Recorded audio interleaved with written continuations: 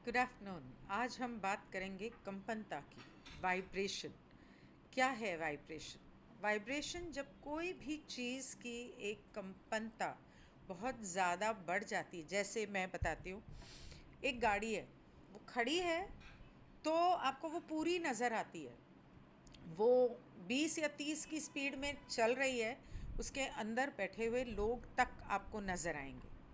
अगर वो बहुत तेज़ चल रही है, जैसे समझ लो 120 की स्पीड पे चल रही है, तो आपको सिर्फ पता चलेगा कि गाड़ी जा रही है, लेकिन उसके अंदर क्या है, उसके डिटेल्स आपको कुछ भी समझ में नहीं आएंगे। ज़्यादा से ज़्यादा एक उसका रंग समझ में आएगा, या बड़ी गाड़ी है छोटी गाड़ी है वो समझ में आएगा। उससे ज़्यादा आपको उसके बारे में कुछ समझ में नहीं आएगा। तो जितनी ज़्यादा कंपनता उतनी स्पीड, उतनी ज़्यादा कंपनता। और जो चीज़ बहुत ज़्यादा कंपनता में होती है, यूँ कह लो कि उसकी डेंसिटी उतनी लाइट होती है और उतनी हाई डेंसिटी होती है। और जितनी कम कंपनता होगी उतनी उसकी डेंसिटी, मतलब वो कठोर होगी। एक पत्थर की डेंसिटी 1 होती है, फर्स्ट डेंसिटी का होता है, तो उसकी कंपनता जो है वो बहुत लो है। सेकंड डेंसिटी में प्लांट्स एंड एनिमल्स होते हैं, तो उनकी कंपनता पत्थर से ज़्यादा है लेकिन इंसानों से कम है। हालांकि जानवरों का भी हार्ड मास होता है। उसके बाद लेकिन वो थर्ड डेंसिटी ह्यूमंस में आत्मा होने की वजह से, सोच समझ, विश्वास, प्यार होने की वजह से, जहाँ पर प्यार आ जाएगा वो सेकंड डेंसिटी से थर्ड डेंसिटी में पहुँच जाते हैं। उसके अलावा तो मेन क्या है, सोल, स्पिरिट, जिसको भी आप जिस नाम से भी पुकारें, वो प्यार है। इसी तरह हमारी जो, और जैसे जैसे प्यार बढ़ता जाएगा, शुद्ध और पवित्र होता जाएगा, वैसे वैसे आप ऊंची डेंसिटीज़ में पहुंचते जाओगे, आपकी कंपनता बढ़ती जाएगी। तो वाइब्रेशन का और डेंसिटी का मतलब, वाइब्रेशन की जो स्पीड होती है और उसकी हमारी ज़िंदगी में क्या जगह है, उसका एक मैप है। जैसे कि डर है और गिल्ट है, मतलब अपराध बोध, इन चीज़ों की वाइब्रेशन बहुत कम होती है। इसीलिए ये चीज़ें नकारात्मक भावनाओं में आती हैं। और जैसे कंपनता बढ़ती जाती है, जैसे कि सुख शांति, प्यार, सद्भाव, करुणा, इन चीज़ों की कंपनता ज़्यादा होती है, तो इस कंपनता की वजह से वो हायर लेवल पर होते हैं। गुस्सा और अ, गुस्सा वगैरह जो होता है, उसकी कंपनता बहुत कम होती है। जैसे गुस्सा, डर, ये सब नेगेटिव इमोशंस जो होते हैं, अगर आप हमेशा नेगेटिव इमोशंस में जी रहे हो, नेगेटिव सोच रहे हो, नेगेटिव बोल रहे हो, नेगेटिव चीज़ों पे विश्वास कर रहे हो, डर रहे हो, इनसिक्योर हो, तो आपकी कंपनता लो होगी। अगर आपको अपनी कंपनता बढ़ानी है तो आपको नेगेटिव से पॉजिटिव की तरफ बढ़ना पड़ेगा। जैसे अभी अभी बस 5 मिनट पहले एक व्हाट्सएप ग्रुप में किसी ने एक पोस्ट भेजा कि प्यार है तो बड़ा सुंदर, लेकिन आपके आपके मतलब दिन को बड़ा खूबसूरत कर सकता है, लेकिन हैरान मत होना अगर आप रोते हुए जागो, मतलब कि प्यार आपकी ज़िंदगी में आंसू ले आए। अब ये एक धारणा है और नेगेटिव धारणा है कि प्यार हमेशा रुलाता है। अगर आप इस धारणा में रहोगे तो आपके आसपास के लोग हमेशा आपको रुलाएंगे जिनसे आप प्यार करोगे। वहीं अगर आप उस सोच को बदल देते हो, अपने विश्वास को बदल देते हो, तो वो आपको पॉजिटिव वाइब्रेशन में ले जाएगा और आपके आसपास के लोग हमेशा आपको प्यार देंगे, आपको हर तरह से अपनाएंगे। तो पढ़ के बताती हूँ। डर एक भारी कंपन और कम आवृत्ति है। इसके विपरीत शांति, प्रेम और सद्भाव उच्च आवृत्ति वाले हल्के कंपन हैं। गुस्सा कम कंपन वाली ऊर्जाएं हैं, उनके पीछे हमेशा डर, दर्द और शक्तिहीनता या असुरक्षा की भावना होती है। अगर हम oh bloody hell, oh no, network चला गया, शिट। ओके, तो मुझे इंग्लिश वाला पढ़ के आपको एक्सप्लेन करना पड़ेगा क्योंकि नेटवर्क चला गया, तो वो गूगल ट्रांसलेशन काम नहीं कर रहा है। और आगे कहते हैं कि किसी भी गुस्से के पीछे डर और असुरक्षित वल्नरेबिलिटी, मतलब आपको जब इनसिक्योर फील होता है या आपको लगता है कि मुझ में वो ताकत नहीं कि सामने वाले से मैं जूझ सकूं या उसका सामना कर सकूं, तब आपको गुस्सा आता है। जब हम शांत रहते हैं और धरती से जुड़े होते हैं, सेंटर्ड रहते हैं अपने हार्ट चक्र में, तो हमारी कंपनता बढ़ती है।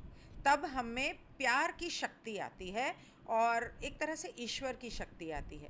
इस शक्ति को अपने मन में, सब्र, शांति, सुख की शक्ति को अपने मन में थाम कर जब हम सामने वाले को रिएक्ट करते हैं या उसको जवाब देते हैं, तब हम अपने सत्य और प्रेम और डिवाइन, मतलब ईश्वरीय सत्य के द्वारा हम काम कर रहे हैं या जवाब दे रहे हैं।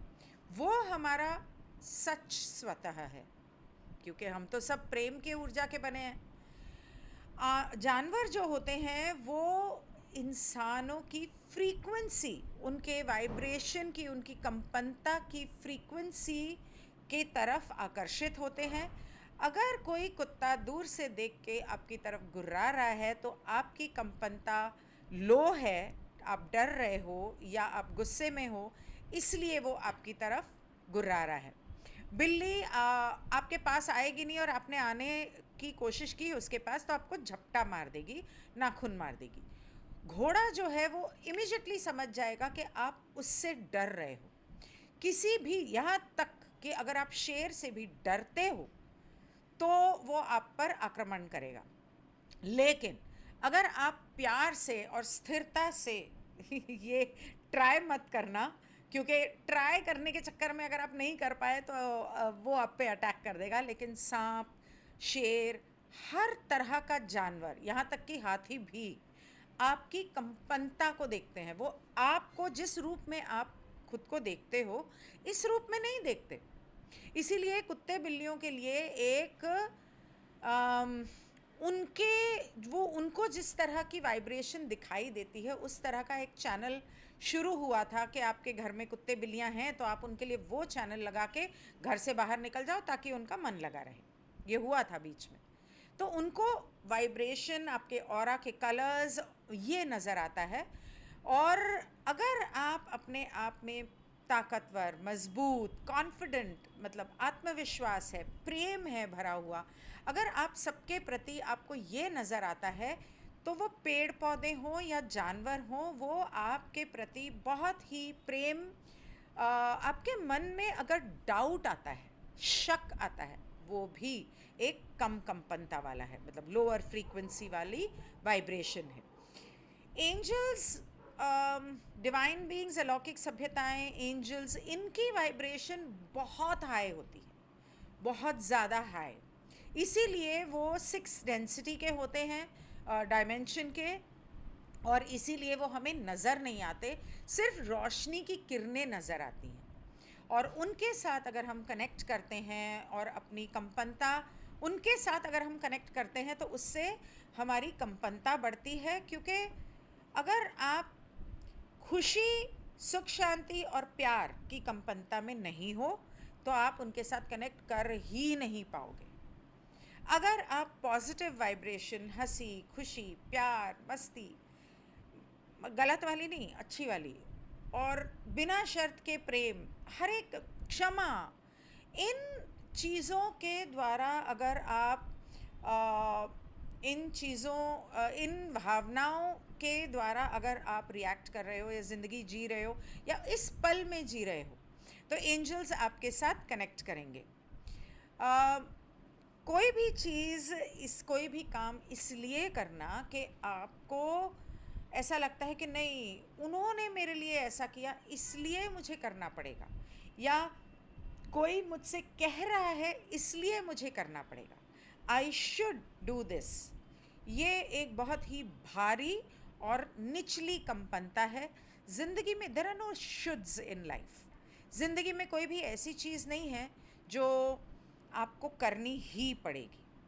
अपराध बोध या किसी के एहसान तले दबे होने की जो भावना होती है, कोई भी कार्य करने के लिए ये सही नहीं होती। क्यों हो आपको अपराध बोध? आपका मन करता है तो करो, नहीं करता है तो मत करो, कोई ज़बरदस्ती नहीं है। कह दो कि सॉरी मुझसे ये नहीं होगा, और फिर सामने वाला बोलेगा अरे मैंने तेरे लिए इतना कुछ किया, तू ये नहीं कर रही या तू ये नहीं कर रहा, तू मेरे लिए इतना सा नहीं कर सकता, करना चाहिए तुझे तो। भाई मेरा मन नहीं कर रहा, तुमने किया, तुमने अपनी मर्जी से किया, मेरे कहने पे नहीं किया। मतलब कि मैंने तुमसे नहीं मांगा था, और मांगा भी था तो तुमने अपनी मर्जी से दिया। तुम मना भी तो कर सकते थे। तो तुमने जो किया वो तुम्हारी मर्जी थी, और उसके लिए मैं तुम्हारा शुक्रगुजार हूँ। लेकिन इसका मतलब ये नहीं है कि मैं तुम्हारे प्रेशर में आके कुछ ऐसा करूँ। जब आप अपने एटीट्यूड को चेंज करते हो, अपनी सोच को बदलते हो, और उस तरह से अपने दिल के द्वारा, सच्ची भावनाओं के द्वारा आप कोई फैसला लेते हो, तब आपकी आत्मशक्ति, क्या बोलते हैं उसको, आत्मविश्वास और आपकी कंपनता, वो सब बढ़ती है। इसके अलावा आगे वो कहते हैं कि जब हम लोगों में एक भावना होती है, अक्सर मैक्सिमम लोगों में होती है कि मैं इस लायक नहीं हूँ, मैं पैसे के लायक नहीं हूँ, मैं प्यार के लायक नहीं हूँ, मैं समृद्धि के लायक नहीं हूँ, मैं सम्मान के लायक नहीं हूँ।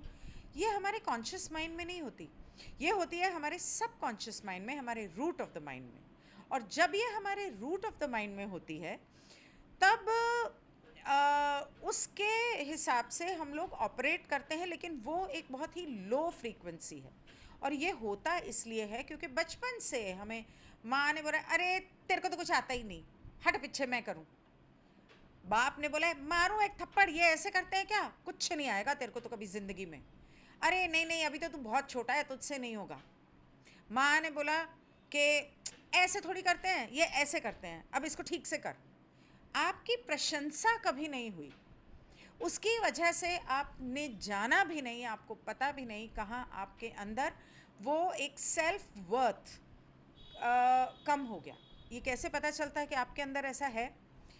जब भी आपसे कोई गलती होगी ना, छोटी से छोटी गलती हो सकती है, छोटी से छोटी, कि आप सब्ज़ी काट रहे हो लेकिन आपने ये ऐसे नहीं करके ऐसे किया, आपको याद आएगा बचपन में अगर मैंने ऐसा किया होता तो मेरी माँ मुझसे ये कहती ये ऐसे करते हैं, मारो एक थप्पड़, हट पीछे।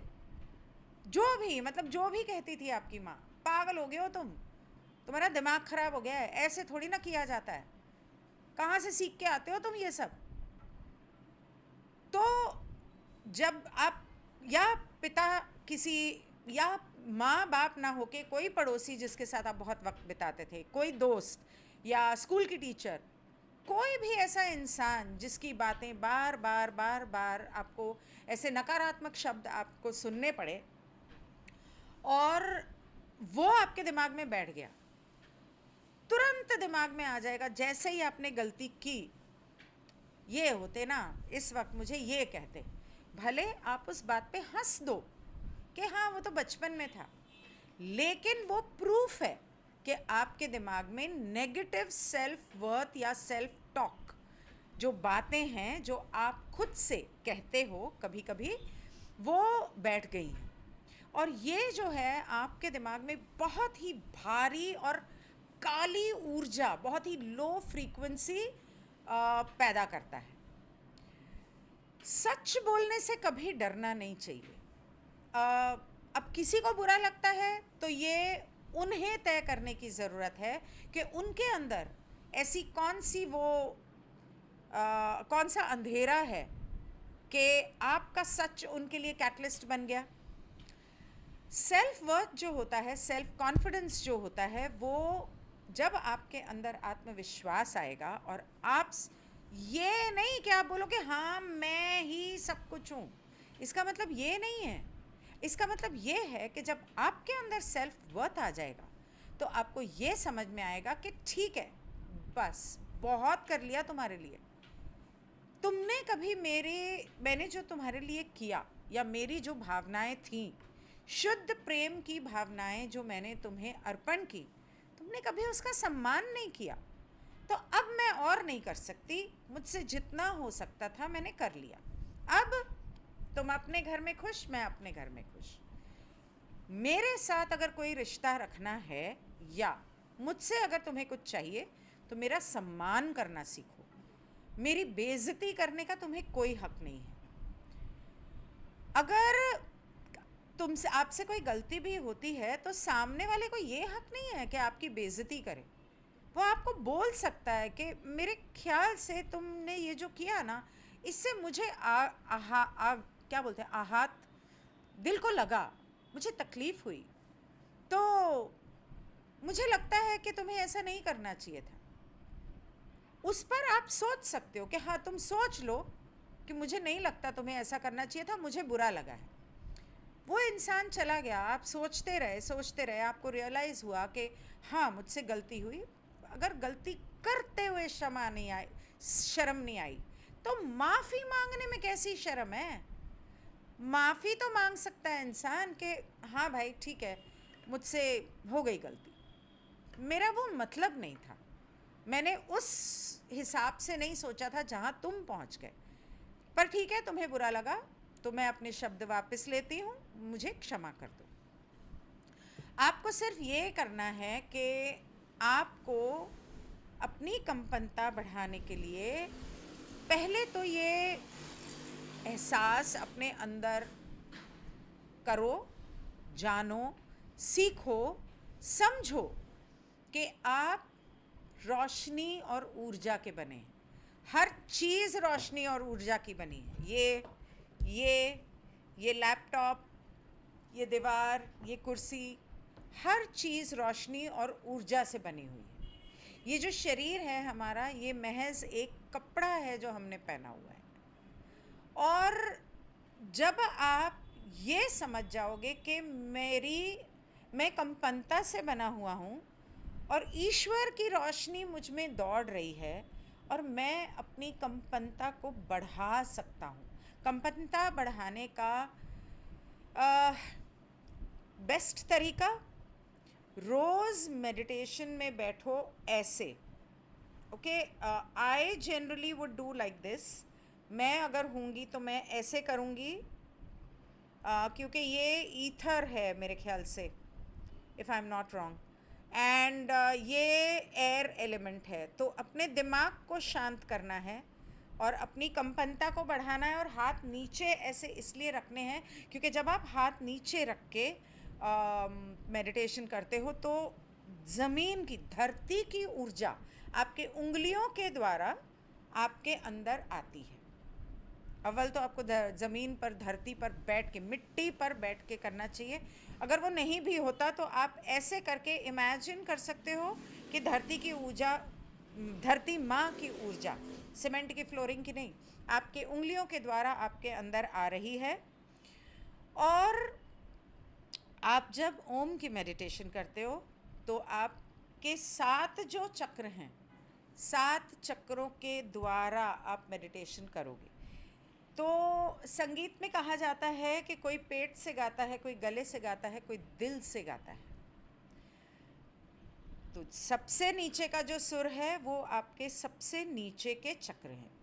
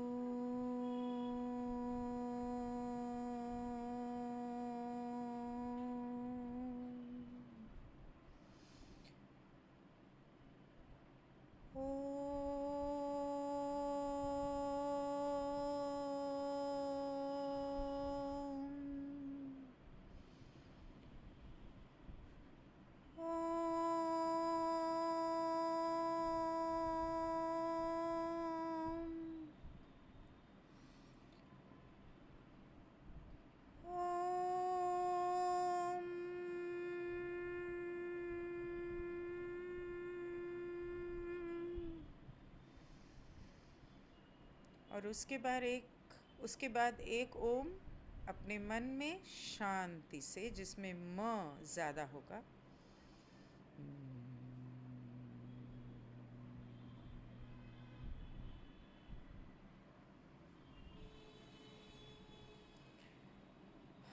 जब आप ऐसे करते हैं तो आप, और हर ओम बोलते वक्त आपको अपने सातों चक्र को दिमाग में धार के इसको करना है। जब आप ऐसे करते हैं तो आप अपनी वाइब्रेशन को बढ़ाते हैं। ये एक तरीका है। ऑफ कोर्स और बहुत तरीके हैं, क्रिस्टल्स पहनना, मेडिटेशन, साइलेंट मेडिटेशन करना, ज़मीन के साथ जुड़ना, खाना वगैरह, खैर वो अलग अलग बातें। उसके बाद जब आपकी ज़िंदगी में, जैसा कि मैंने कहा, आप खुशी, शांति, सुख, सब्र, प्रेम, क्षमा, करुणा, सद्भावना और जैसे जेनरोसिटी को क्या बोलते, दया, और खुल के, दिल खोल के आप देते हो, चाहे वो प्यार है, चाहे वो चीज़ें हैं, चाहे वो पैसा है। समृद्धि की भावना मन में होती है। तो जब आप ऐसी चीज़ों, ऐसी भावनाओं के द्वारा आप अपनी ज़िंदगी का हर पल जीते हो, तो अपनी ज़िंदगी को और अपनी कंपनता को, अपनी आत्मा, अपनी स्पिरिट, अपने सोल की कंपनता को बढ़ाते हो। अपने शरीर की कंपनता को बढ़ाने के लिए ऑफ कोर्स आपको चक्र हीलिंग भी करने की ज़रूरत है, लेकिन वो भी साथ साथ फ़र्क पड़ता है। लॉ ऑफ कर्मा आप ऑलरेडी सुन चुके हैं, जो मैं पहले कर चुकी हूँ। लॉ ऑफ कर्मा के द्वारा जब आप इन ऊंची कंपनता इस समय रोज़ मुझे वहाँ पर सफ़ेद रोशनी, और मैं कंपनता की बात कर रही हूँ, और ओम किया और वहाँ से चमक शुरू हो गई, सफ़ेद सफ़ेद फ्लैशेस। तो I feel maybe my angels are close to me. जब आपकी कंपनता बढ़ती है तो आप एंजल्स के साथ कनेक्ट करते हो। जब आपकी कंपनता बढ़ती है तो लॉ ऑफ कर्मा के द्वारा आपकी ज़िंदगी में मैनिफेस्टेशंस होने लगते हैं सुंदर चीज़ों के, प्यार, समृद्धि, दोस्ती। कभी मतलब किसी के सपोर्ट की ज़रूरत नहीं पड़ेगी, लेकिन जहाँ आपको सपोर्ट की ज़रूरत पड़ेगी वो।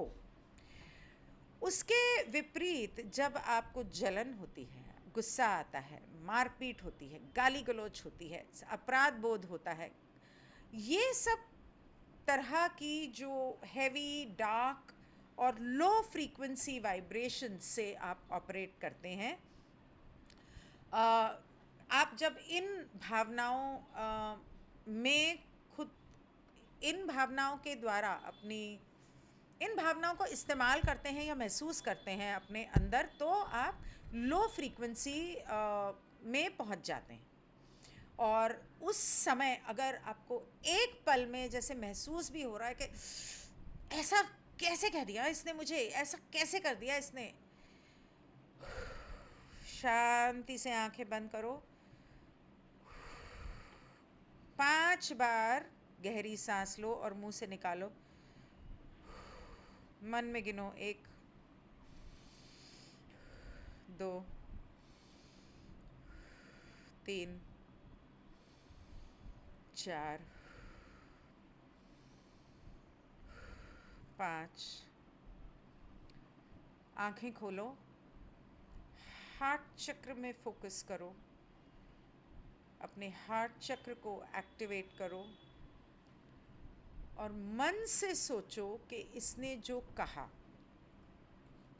ये भी हो सकता है कि आप उससे कहो ठीक है, इस बारे में मैं सोच के ना बाद में जवाब दूंगा, अभी मुझे इस बारे में जवाब नहीं देना है। और जब अड़चने आने लगती हैं ना तो सारी एक साथ आती हैं। खैर थोड़ा सा लंबा है, आई एम सॉरी, लेकिन ये समझाना ज़रूरी है, सिर्फ पढ़ के बताने का कोई मतलब नहीं। तो उस समय पर आपको ये करना है कि अपने हार्ट चक्र में सेंटर करना है, उनको बोलना ठीक है सोच के बताता हूँ, और उसके बाद टाइम लो, कॉन्टम्पलेट करो, चाहो तो लिख लो, क्योंकि जब आप लिखते हो तो आपको ज़्यादा क्लैरिटी मिलती है कि इसने मुझसे ये कहा, मुझे बुरा लगा, मुझे क्यों बुरा लगा, ऐसा लगा वैसा लगा, अच्छा इसने मेरी बेइज्जती की तो मुझे बुरा लगा, मुझे क्यों बुरा लगा। वो अपने रूट ऑफ द माइंड से ऑपरेट कर रहा है, उसकी बचपन में बेइज्जती हुई होगी या उसको इस चीज़ से कोई ट्रिगर अपने अंदर पैदा हुआ होगा कि बचपन में किसी ने उसको ऐसा कुछ कहा होगा और उसको उस वक्त चोट लगी होगी, तो आज वो इससे पहले कि मैं ऐसा ना कह दूं ये सोच कर, आज वो पहले ही मेरी मतलब उसने पहले ही मेरी बेइज्जती कर दी या और उसको गुस्सा आ गया, तो वो उसकी प्रॉब्लम है। मेरी प्रॉब्लम क्या है, उसने ये बात कही, उसका सही जवाब हार्ट चक्र से रिलेटेड क्या हो सकता है, अगर मैं गुस्सा करूं तो मेरा उससे क्या फ़ायदा है और क्या नुकसान है, और अगर मैं ना करूं और प्यार से उसको जवाब दूं और उसको उसके गुस्से के लिए, बेइज्जती के लिए क्षमा कर दूं, तो मेरा क्या फ़ायदा और नुकसान है। जब आप ऐसे करते हो तो आप हायर फ्रीक्वेंसी लव वाइब्रेशन से ऑपरेट करते हो, अपनी कंपनता बढ़ाते हो। किसी की बेवकूफ़ी के लिए अपनी कंपनता को लो करने की क्या ज़रूरत है। उसके अलावा मैं बताती हूँ, 2021 में मैं हो गई बीमार, जनवरी की बात है, और वो था ये कि मैंने जाना था गोवा, तो मैंने अपना ज़बरदस्ती, मुझे बिना किसी वजह से बहुत सारे पंगे हुए, मुझे पीसीआर टेस्ट कराना पड़ गया। फेक सर्टिफिकेट बना के, मतलब वो नकली बना के देने के लिए राज़ी नहीं था कोई, और 24 घंटे से पहले मैं हो गई बीमार। अब उससे पहले मेरी वाइब्रेशन इतनी हाई हो चुकी थी, मेरी कंपनता, कि मैं सोचती थी और वो मैनिफेस्ट हो जाता था, जो भी सोचूं मैनिफेस्ट हो जाए। यहाँ तक कि मेरी कुंडलिनी जागृत हो चुकी थी, मेरी चक्रास ओपन हो चुके थे। ऑफ कोर्स उसके लिए मैंने बहुत मेहनत की, 6 महीने बहुत मेहनत की, मैंने अपनी डाइट चेंज कर दी, मेरा लाइफस्टाइल चेंज हो गया, बहुत कुछ बदल गया मेरी ज़िंदगी में, और उसके वजह से इतना सब हुआ। एक पीसीआर टेस्ट ने वो सारा मेरा 6 महीने की मेहनत को बर्बाद कर दी। तो जब आप बीमार होते हैं और कोई बीमारी जैसे पहले तो आनी नहीं चाहिए लेकिन आ जाए, अब मेरी तो अपनी ही गलती थी, जाके करा लिया पीसीआर टेस्ट। तो अब वो क्यों कराया था, क्योंकि डर था कि कोई मुझे पकड़ लेगा तो मुझे लगा देंगे, ठोक देंगे, नहीं तो वहाँ पर कर देंगे। तो बहुत कोशिश की, लेकिन ठीक है, हो गया। तो वो जो होता है, वो बीमारी जो होती है, वो ईश्वर की उस रोशनी और प्रेम की रोशनी को आपके अंदर आने से और घर बनाने से रोकती है। तो अगर कोई बीमार हो तो सबसे अच्छा तरीका उन्हें ठीक करने का है, उन्हें प्यार दो, उनको गले लगा के खूब ग्रीन लाइट या वायोलेट लाइट अपने दिल से उनको दो, या वाइट, गोल्डन वाइट लाइट, या अपने मन में सोचो, जैसे फॉर एग्ज़ाम्पल फ़ोन के ऊपर आपने उनकी फ़ोटो खोली, आपने उनकी फ़ोटो खोली और उसको नीचे रखा और भगवान से प्रार्थना की कि मुझे इन्हें एनर्जी, लव एंड लाइट की एनर्जी भेजनी है, और फ़ोन के ऊपर, या अगर आपके पास हार्ड कॉपी है फ़ोटो की तो वो फ़ोटो रख के उसके ऊपर अपने हाथ ऐसे रखने हैं, ऐसे नहीं, ऐसे, और उसके ऊपर रख के इमेजिन करो कि आपके दिल से आपके हाथों द्वारा उन तक वो रोशनी पहुंच रही है और वो इंसान ठीक हो जाएगा। हो सकता है बार बार करना पड़े, सुबह शाम करना पड़े, जितनी देर आप कर सको आप कर सकते हो। तो इसी तरह से आपको वो हाई फ्रीक्वेंसी चैनल करके उन तक पहुंचानी है, वो उनकी बीमारी की लो फ्रीक्वेंसी को बदल कर हाई फ्रीक्वेंसी में कर देगा। उसके अलावा आपका नाम जो है उसकी एक कंपनता होती है, और इसीलिए न्यूमरोलॉजी लाइफ में बहुत इम्पॉर्टेंट होती है कि सही तरीके से किसी का नाम, एक उसकी शब्दावली सही हो, स्पेलिंग्स, दो पुकारा सही से जाए। अगर जैसे कई बार लोग क्या करते हैं, मेरा नाम गिनी है, GINNI, कोई लिखता है GINNE, कोई लिखता है GINNIE, कोई लिखता है GINNY, वाइब्रेशन बदल जाती है मेरी वहाँ। और मेरी जो वाइब्रेशन है नाम के वजह से, वो मेरा अस्तित्व, मेरा स्वभाव बनता है।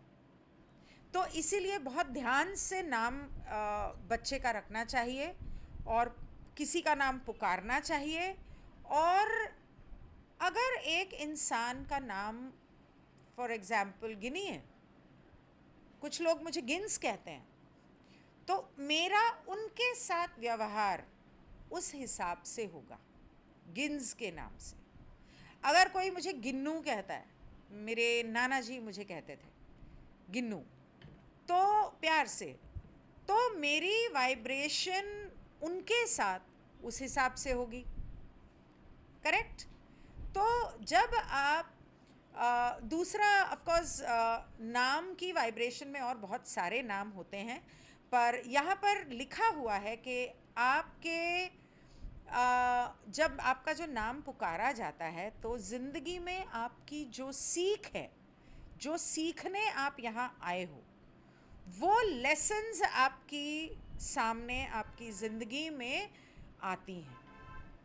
अगर मेरा नाम कुछ और है, आप मुझे किसी और नाम से पुकारोगे, तो मेरे वो लेसन्स मेरे सामने आएंगे नहीं। और इसीलिए शायद कुछ धर्मों में ऐसा होता है कि बर्थ सर्टिफिकेट पे कुछ और होता है, कुंडली में कुछ और होता है, और घर वाले पुकारते किसी और तीसरे नाम से, ताकि ज़िंदगी में मुश्किलें ना आए। लेकिन उस नाम से भी तो कुछ मुश्किलें होंगी ना, ये भूल जाते हैं। और 3-3 नाम होने की वजह से इंसान की पर्सनालिटी जो होती है वो कंफ्यूज्ड पर्सनालिटी होती है। किसी ने मुझसे पूछा था कि स्किज़ोफ्रेनिया के ऊपर मैं वीडियो बनाऊं, तो ये स्किज़ोफ्रेनिया का एक कारण हो सकता है कि नाम सही नहीं रखा गया। उसके अलावा जब आप जब पैदा हुए, आपने जब अपना सोल कॉन्ट्रैक्ट लिखा, तो उसके अंदर आपने अपना नाम तय किया, और आपने तय किया कि आपका नाम कौन तय करेगा। और जब आपने वो नाम तय किया तो उसके कॉन्सोनेंट्स और उसके वावल्स, इंग्लिश में कॉन्सोनेंट्स एंड वावल्स, हिंदी में शब्द और मात्राएं आपने तय की हैं। क्योंकि शब्द क्या हैं और मात्राएं क्या इस्तेमाल हो रही हैं, किस तरह से वो पुकारा जा रहा है, उससे जब आप किसी शब्द को अलग तरीके से पुकारते हो तो उसकी वाइब्रेशन बदल जाती। तो आपके ज़िंदगी का मकसद, उद्देश्य और जो आप यहाँ सीखने आए हो वो बदल जाता है। तो जब आपने अपना नाम तय किया था, तो आपने तय किया था कि इस नाम के द्वारा मेरी ज़िंदगी में ये परेशानियाँ आएंगी जिसके द्वारा मैं ये सीखूँगा, राइट। न्यूमरोलॉजी के हिसाब से, अब ये मैं नहीं कह रही हूँ, ये यहाँ लिखा है, न्यूमरोलॉजी के हिसाब से आपके नाम के हर शब्द, एक एक शब्द आपकी ज़िंदगी के बहुत सारे साल तय करता है। और हर अल्फ़ाबेट कम से कम आपके 10 साल ले जाता है।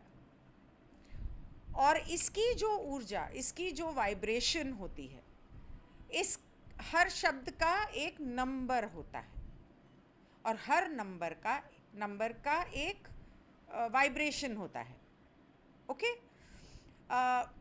हर शब्द, each letter has a corresponding number and the total of these numbers gives your first name vibration.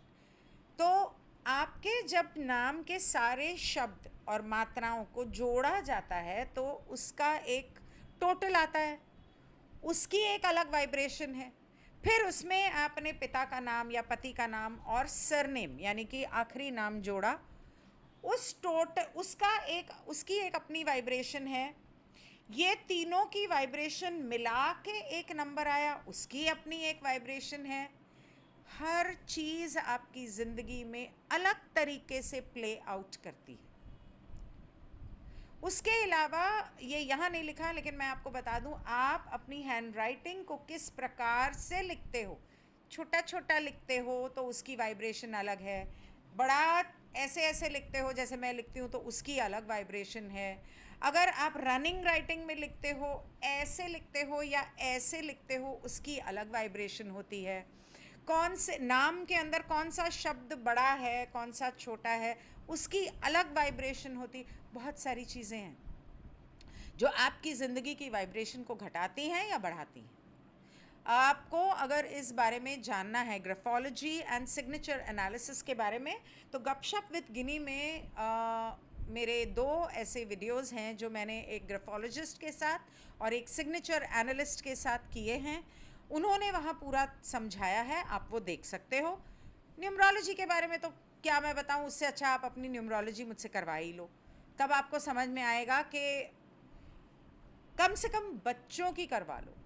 जो 5 साल से छोटे बच्चे हैं उनका नाम तो आज बदला जा सकता है, उसका असर भी बदला जा सकता है। उससे बड़ों का असर नहीं बदला जा सकता, लेकिन फिर भी एक कई बार स्पेलिंग बदलने से आपका नज़रिया बदलता है। और अगर आपकी ज़िंदगी की जो सीख है उस तरफ आपका नज़रिया होगा तो आपकी मुश्किलें कम हो जाएंगी। और अगर आपकी ज़िंदगी आपको ये सिखाना चाहती है और आपका नाम आपको यहाँ ले जा रहा है, समझो किसी वजह से आपका नाम बदल दिया गया, या कुंडली में कुछ और है लेकिन कोई कुछ किसी के कहने पे वो बदल दिया गया, हो सकता है वो 2 ऑपोजिट साइड हैं। अगर ऐसा होगा तो आपकी मुश्किलें बढ़ जाएंगी। अपने बच्चों को जो सबसे बेहतर तोहफ़ा आप ज़िंदगी में दे सकते हो वो है उनका सही नाम। उनकी ज़िंदगी आसान हो जाएगी, मुश्किलें आसान हो जाएंगी, और अपनी मुश्किलों को वो सीखते सीखते बड़े होंगे। खैर, अपनी ज़िंदगी में, अपनी धरती पे और इस धरती के ऊपर रहने वाले लोगों की तरफ ईश्वर की प्रेम और रोशनी को खींचने के लिए आपको एंजल्स की वाइट लाइट के कॉलम्स, जैसे मैं मेडिटेशन में करती हूँ, उसको इमेजिन करना, ऐसा इसमें लिखा है, उसको इमेजिन करना है कि एंजल्स और ईश्वर की तरफ से एक वाइट लाइट का एक खंबा आ रहा है। लॉ ऑफ स्क्वायर मेडिटेशन और collective meditation for mother earth मैंने रिसेंटली करवाई थी, उसके अंदर ये सारे हैं, उसके अंदर ये पूरा समझाया है मैंने। वो खंबा एक रोशनी का बन रहा है और आप उसके अंदर हो, और वो रोशनी आपको बाहर से और अंदर से पूरी तरह से घेर रही है और ईश्वर के साथ कनेक्ट कर रही है और नीचे धरती माँ के साथ कनेक्ट कर रही है। तो आपकी ग्राउंडिंग भी हो रही है और आपकी वाइब्रेशन भी बढ़ रही है। इस समय पर आप जो सोचते हो, आप जो मंशा करते हो, मतलब कि इंटेंशन करते हो या धारणा करते हो कि ऐसा हो रहा है या ऐसा हो गया है, ये पूरी दुनिया के लोगों के साथ, पेड़ पौधों के साथ, जानवरों के साथ, धरती के अंदर या किसी के भी घर में कहीं पर भी जो क्रिस्टल्स रखे हैं उसके साथ आपकी इस ऊर्जा के खंबे को, स्तंभ को कनेक्ट करता है। और इस तरह से पूरी धरती के ऊपर लाइट की एक ग्रिड बन जाती है जिसके द्वारा आप धरती को सुरक्षित करते हो। और ये आप अकेले में भी बैठ के कर सकते हो। वैसे वो मेडिटेशन पूरी मैंने एक्सप्लेन की है, गाइडेड मेडिटेशन है, लॉ ऑफ स्क्वायर मेडिटेशन। मेरे ख्याल 1 महीने पहले करवाई थी, तो 3-4 करवाई थी, हर हफ्ते करवाई थी, ऐसा कुछ हुआ था। तो आप वो चेक कर सकते हो, वो मेडिटेशंस की प्लेलिस्ट में होगी। और जो ऐसा जब आप करते हो तो धरती के ऊपर या आपके आसपास, इसके अंदर आप अपने घर वालों के साथ लाइट की ग्रिड में कनेक्ट हो सकते हो, उनको हीलिंग भेज सकते हो, और अपने चारों तरफ चाहे अपने चारों तरफ या अपने घर के चारों तरफ या अपने देश या अपनी धरती में चारों तरफ, हर जगह जहाँ पर भी नकारात्मक ऊर्जा है, लो वाइब्रेशन की, बारिश आ रही है, धूप निकल रही है, समझ में नहीं आ रहा क्या हो रहा है। तो वहाँ पर उस अंधेरों में और लोअर वाइब्रेशन वाली जगह पर, चाहे किसी के दिल में वाइब्रेशन लोअर हो या अंधेरा मतलब डार्क वाइब्रेशन हो या लो वाइब्रेशन हो, उसको बदल कर प्रेम, सद्भावना, खुशी, करुणा, दया और प्यार में, ईश्वर की रोशनी में आप बदल सकते हो। जब ये इज़राइल का वो जो वॉर वगैरह जो भी शुरू हुआ था, तब हमने ये मेडिटेशन की थी ताकि वहाँ के लोगों की वाइब्रेशन को बदल कर हम थोड़ा सा प्यार सद्भावना में बदल सकें। ऑफ कोर्स ये और बात है कि तब तक तो कॉन्फेडरेशन पहले ही पहुंच चुकी थी और वहाँ पर मदद कर रही है वो अपने हिसाब से जो करने की ज़रूरत है। ये थोड़ा सा लंबा इसलिए हुआ क्योंकि ये था लंबा और बहुत ज़रूरी था कि मैं आपको इसे पूरी तरह से एक्सप्लेन करूं और आपको गाइड करूं कि ये कैसे करना है। तो ये कोशिश करना कि इस वीडियो को सुनते सुनते आप हो सके तो ऐसा कर सकें, और नहीं तो इस वीडियो के बाद इमीडिएटली आप वो लॉ ऑफ स्क्वायर वाली मेडिटेशन कर लो। मैं देखती हूँ अगर मुझे मिलती है, बहुत सारी है, मिलती है तो मैं उसका लिंक इसके नीचे डाल दूँगी। Good bye.